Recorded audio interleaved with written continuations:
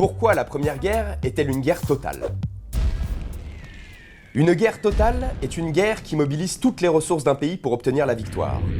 Qu'il s'agisse des ressources militaires, économiques ou encore psychologiques. La guerre totale sollicite également toute la population, aussi bien les militaires que les civils. Ainsi, la Première Guerre mondiale est une guerre totale.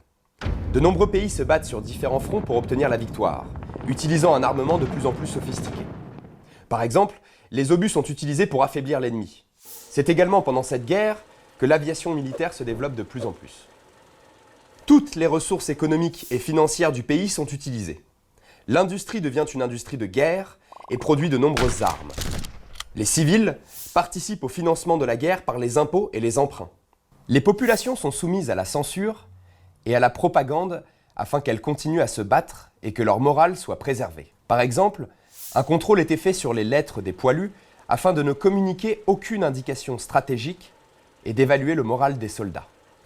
D'ailleurs, toutes les populations sont mobilisées dans la guerre.